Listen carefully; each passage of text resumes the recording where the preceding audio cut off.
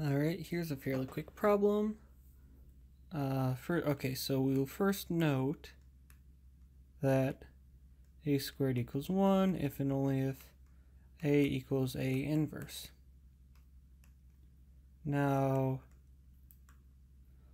define x to be equivalent to y precisely when x equals y or x equals y inverse. This is an equivalence relation. And this is something which you can either you should be able to look at this and kind of do it in your head. But if you can't do that, that's fine. But just write it out then. And so let's see here. So certainly anything is x is equal to itself, so x tilde x, and then if x tilde the fact that x equals y and x equals y inverse, these equality is commutative, and so we have reflexivity of this equivalence relation. And then for transitivity, I guess you do have to break it up into different cases, like if x is equivalent to y and y is equivalent to z, then you have to consider first if x equals y and y equals z, then it's clear that x equals z.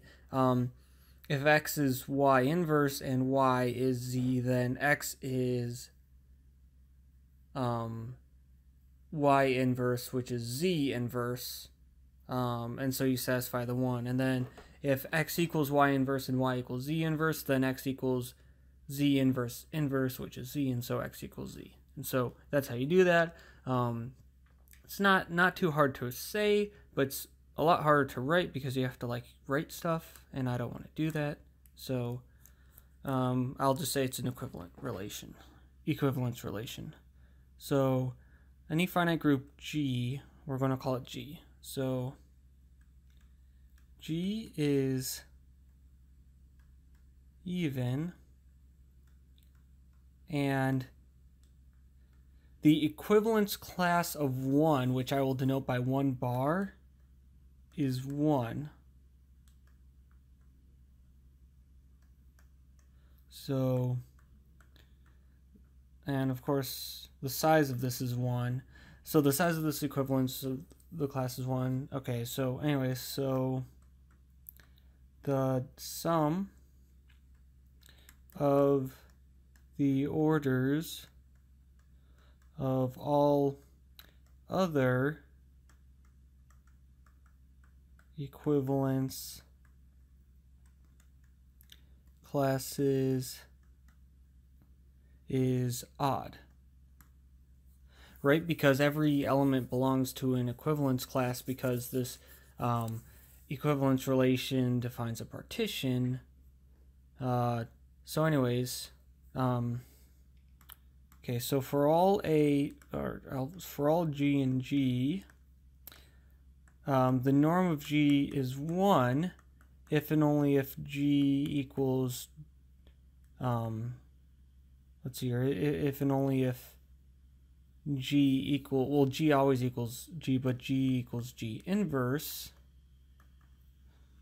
if and only if G squared equals 1, and G equals 2 if and only if G is not equal to G inverse. So